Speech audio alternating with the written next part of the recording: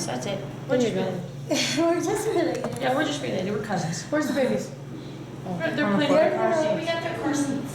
Okay. It says it's recorded. Yes, you can have these. I printed these off yesterday. Yeah, they're cool. They're cool. It's a good color for you. I like it better than the blonde. Sorry. It just gives you more depth. My skin tone is better. So what I did is I turned this around. One of the guys that I went to school with said, "Hey Vanessa, what is FAS?" He read my whole presentation and he's like, "I didn't know until the end of it."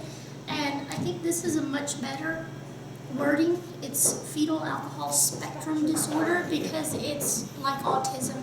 It can go from you not knowing that a child has it at all to bottom of the line like what I had in my classroom this year. So it's a full range of emotional, social, learning disabilities, and they're all different. The one thing that I was under the misconception is if a child has FAS because it has brain damage, that their IQ is lower. And no, not necessarily. They can have the highest IQ, the best test scores in your class with no social skills whatsoever. So that was an eye-opener for me. And how is it detected? Down here it's not. It should be. That's one of the things I want to do this summer. Doctors, when the baby is born, if you're lucky, that's when they tell the mom. They ask the questions, were you drinking, because there's no set amount, and they can make that determination. And with us, I don't know, Mary, if you've seen that here, is it kind of taboo? The mothers don't. The mothers typically don't respond, yeah, I was drinking in my first trimester. But it's also fathers can now contribute. They found out sperm donors are contributors to FAS. That is new to me. I've thought that my whole life, but it was always, every time I look it up, there's no research, and it's all new research that they're saying now with meth, with alcohol, heroin, any type of drugs or alcohol, it can affect the sperm, affect the child. Oh, wow. And I put this in here for you, Myra, I think, because I was told a long time ago when God drops something in your lap more than once, you need to pay attention. When I went down south, I went to church for Mother's Day. This is what the sermon was about. I came back up here, and my professor put this on our forum first week of college. And then I was talking to someone else, and they're like, "Oh, you have to read 2 Timothy." And it says, "For the Spirit God gave us does not make us timid, but gives us power, love, and self-discipline." And that's what you have to have with these kids. I think that's the key. You guys watched me, you watched me across the hall with my little fella all year, and it was absolute unconditional love. Because the minute you give in to that anger that, oh, this is about me, why are they so mean to me, you've lost the child. We know you've lost the classroom. But that's been my powerful statement for the last couple of months. And I put this in here because I was told that most people aren't aware of exactly what FAS is, but it's when a pregnant female drinks. There's no set amount that they've come up with that you have to be a alcoholic to be able to have kids. It's just a little bit can affect them, especially the first trimester. It's very important not to drink, but it permanently affects the infant's frontal lobe, and that's where we talk about choices all the time. That's where the choices come from and why they're not making good ones. It causes lifelong learning and social disabilities. The symptoms that we need to pay attention to are the memory deficits, hyperactivity, we see that every day, ADHD, difficulty with abstract concepts. All year we were talking about figurative language versus concrete. They don't get it. And I was told it's a tribal thing. No, it's not. It's an FAS thing. That'd be a combination. Yeah, I think. Both. Because they don't have good command of your language. Yeah. So it's the slang mixed in with the language. They have poor problem-solving skills and immature social behavior, lack of emotional control, and poor impulse control and poor judgment. And and this does not go away, it lasts a lifetime. A lot of them have separation issues too. Yeah. They have Because we get reactive a lot of them in attachment preschool that have the separation issues. They've never been left, or they have never been without someone that's not family. And they have real issues, trust issues and stuff too, because it takes them a long time to warm up to what you're trying to do with them and stuff. I mean, which goes to show the amount of structure that's needed, organization. It all plays a big part in, you know. Do you see in preschool that takes almost all year? I see that sometimes. Yes, because we only have them 3 days a week, and with the breaks and stuff that we have, but also even the 2 days on the weekends, they come back Mondays and you've got to start all over. I mean, you got to say, okay, now this is what we do, you know, you need to put your stuff in your cubby, then we go here, and, you know, just, it's a constant reminder. It's almost to the point where they would benefit like from picture schedules and stuff too, like you would do for those children that are more severe. You know, I get into, that's what this says with them, is putting their schedule up. Like we have halls, with the pictures, instead of just having HALLS, so they follow Hall's rules, it has the pictures. That seems to work more. I only have one of these, I think it's about 3 minutes. Constant modeling is really important. and consistent. Consistency of that.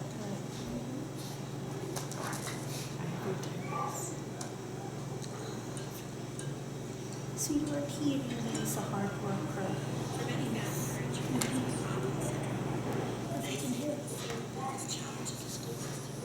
Because the school is set up developmentally to expect certain behaviors No. at each stage.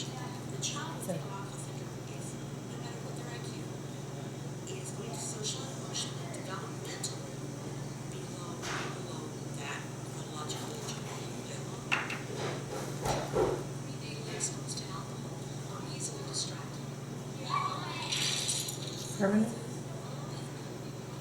It's by noises, changes, activity, or other students, and may have trouble focusing or staying on task.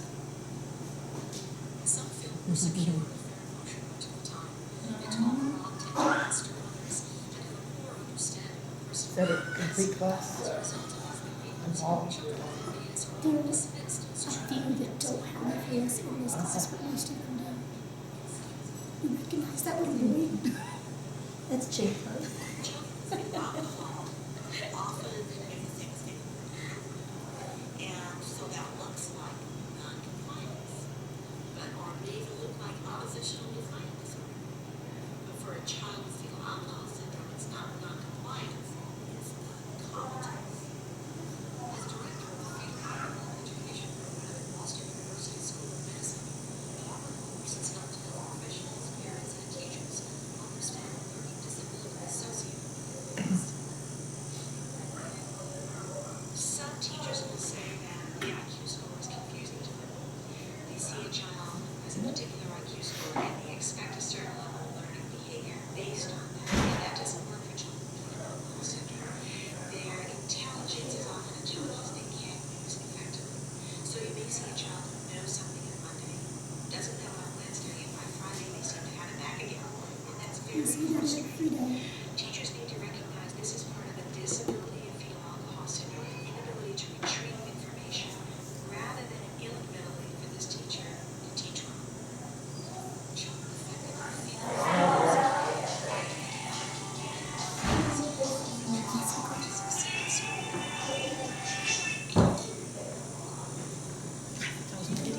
sometimes do well in the early grades. You often have Can really see that. the school becomes more abstract. They may be organized, lazy, or stubborn. Without a diagnosis of FAS, teachers often believe the child is smarter than it actually is. But some of the child just needs to buckle down and try harder. We often think that FAS is a unique disability in certain ways, and it's important to recognize it.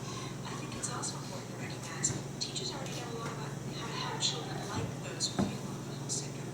That techniques that work for a child with an auditory learning disability may also work for a child with fetal alcohol syndrome. The techniques that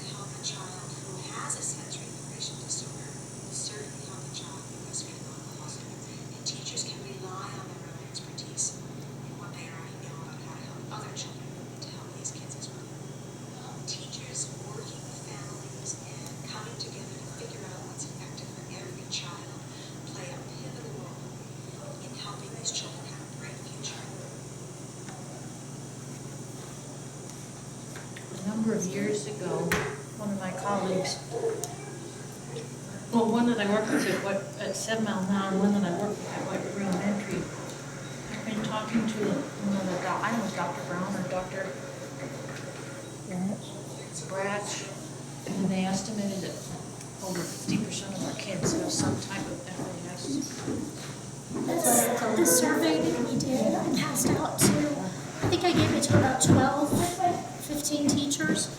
All consistently said that it was 45 to 50% based on the definition that I gave them, the signs to look for, that had it to one degree or another. Have you seen that in your classroom? Yeah. One of the main things to do, and that's what worked with me, this is my favorite thing to use, is modifying your classroom.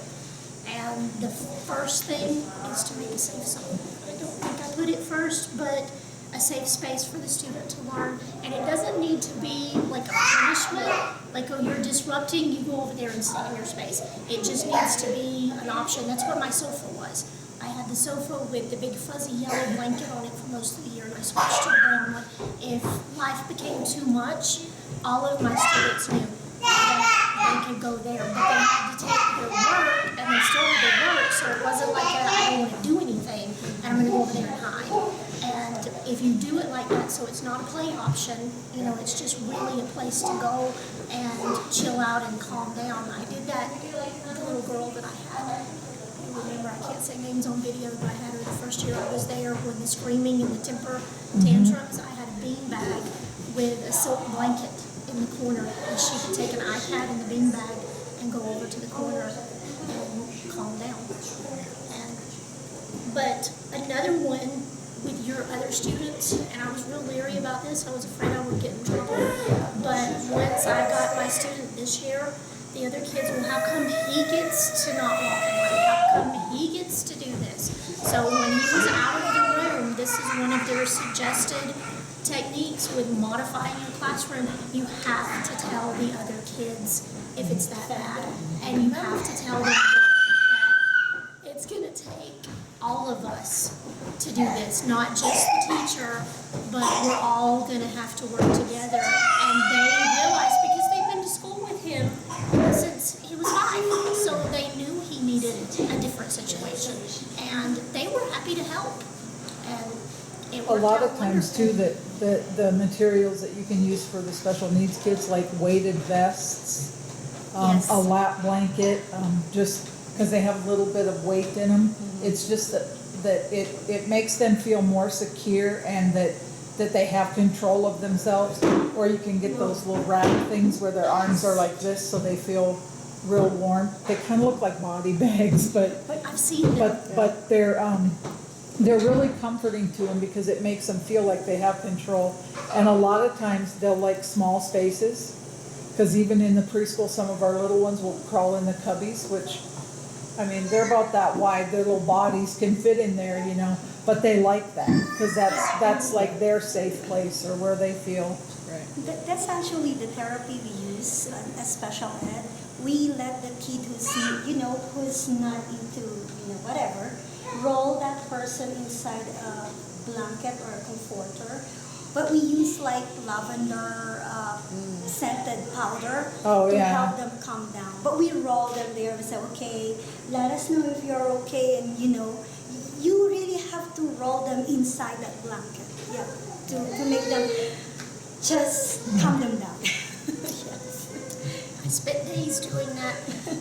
Another one you were talking about, their safe space, letting them work on the floor. Because even in 3rd grade, they did your kids do that, get under their desk? And they like to be under their own desk in their own space reading. So instead of my reading center, I completely did away with it, and they could read under their desk. And they loved it. They would put their backpack under there to lay their head on and scrunch up in a little tiny ball. I don't know how someone can fit, but they worked in the floor under their desk. And another thing I've seen before, file folders. And you make their little office like we would do for testing, but you just use a file folder, and that way they're not playing. Like if you give them a notebook, there's stuff in there to play with, or a binder, there's pockets, and they're fidgeting with it. But just something simple that blocks out that eye contact with everybody else, and they can focus. That's why they make those different chairs and stuff too. You know, some are those balls they have them sit on so they can, because some kids need to rock, some kids need, you know, they need pressure on their back or whatever, and that's why they make a lot of that special equipment so that, and they can stand up, they can kneel, whatever. You know, I mean, back when we were in school, that was a punishment. If your teacher made you stand up, boy, you knew you were, you know, but now, that's how some kids learn. It's better for them to stand up. I had a little boy and the whole year he could not sit down. So he just, I said, if you need to move your chair, but you always put them in the back and he'd just rock and he could write so well if he had that freedom. If I put him in a seat and he had to write, he's like, ah. But it is, it's But yeah. confining for some of them, so they need that ability to be able to stand up or Stand to, up and move around, yeah. I need But that. that is actually a little modification. You allow that, but you really don't give them the leeway to do that so that they can establish the structure and discipline. Because if you know, that's why there is like a boundary. I'll let you do this for this moment, just to help you out. But you are not given the privilege to do it all the time. We must set the boundaries, and that's what teachers forget most of the time. You think that, no, I am modifying things for, yes, I'm modifying it just for a little bit, but not for the whole time, so I can establish the structure and help you build the discipline. So that is one thing that we have to understand. Without them giving, without us giving them the boundaries of the classroom, then they cannot distinguish the difference. So we still have to set the boundaries. I did, my one that was in the back, he had a desk with the rest of the classroom, and we always, every day we would try him out at his desk until it just got to be too much. And then he would go back to the back of the classroom with it, especially like you said for writing, because writing's hard and you got to be able to concentrate. But one thing with these kids is, even sometimes if you set the boundaries, because you saw mine, there were boundaries, and it's not that they're pushing them or they don't want to follow them, they just simply You remember they have difficulty with the social behavior? That's why. And That's to know why that, we just have to be consistent. and they know that when they go out of the room and they're in other teachers, like if they're in the computer lab or if they're in the library, they do conform to that behavior that's necessary. You know what I mean? I mean, in the library, I go with it, I'm like, wow. Yeah. we go in there and we push our chairs in just to write. I'm remembering, is it this chair or this chair? I tell Miss to claim that. I even mind when I'm in here. So the fact that they can, for a short amount of time, be able to conform to that is good. That, because society, you're gonna need that in society as an adult. So they need to know that there's, Everything has different set of rules and different boundaries. This was the hardest thing for me, teaching at White River, is providing structure and predictability, because I'm really creative and I thought to be a good teacher that I had to have the really creative bulletin boards, all the stuff, and change it up all of the time. And I call it my kids' change-up button. Once you push it, there's no turning it off. And once they get overstimulated, you can't bring them back down. So for these kids, it's so important to have that structure and predictability every single day. And I was so happy to see one of the things that was suggested is to write the schedule every day on a board. And you would see me in the morning and I would put their ancillary in red. So like when it's time to go to art, that was in red. Lunch was in red. Go home was in red. And then we checked it off every day. And this one student, that beginning of the year, he was constantly, what are we doing now? What are we doing now? What are we doing? Did we go to art? Did we go to PE? Are we going? Drive me crazy. Once I started writing it up there on the board, if I forgot to check it off, he would get up and check it off. If I got behind schedule, he's like, you're 10 minutes over. Psst, it's time to do grammar. And that let them have that sense of, it was structured, they were comfortable, they knew exactly what was coming next. And Misty had taught me my timers when I first went to work, Misty Garcia, and setting the timers, but not just one, having one go off like a minute before time to stop. And then that way they have that set time that, okay, you're not done right now, because their brain just doesn't switch off. So we're done, but you have a minute or so to finish up if you're still writing, if you're still working in this book. And you set your time back to give them that 2 or 3 minutes to finish up what they're doing. And that way their transition's not hectic, because once their brain goes off in that hectic mode, you've lost them. The suggestions I got for homework was to write it down for parents. We all know where we stand on homework. It's not predictable that we're going to give it and ever get it back. But I did try with a couple of parents. I had their cell phone number, and I would text them and tell them, your child has this and this for homework. Please make sure that it's done and sent back, and it was. So not that every parent is going to want to do that, or you're going to be able to text every parent and let them know, and some of them purposely avoid us, but But if you establish the routine, if you establish, that's the hardest part, is because I think that it's never really been a set thing with homework. But at the end of the year, when we started using investigations and sending it home, if they didn't bring it back, they lost recess. And it took 1 week of my whole class almost with no recess, and by the end of the week, everybody brought their homework back. So it has to be consequences, and you have to stick to the consequences.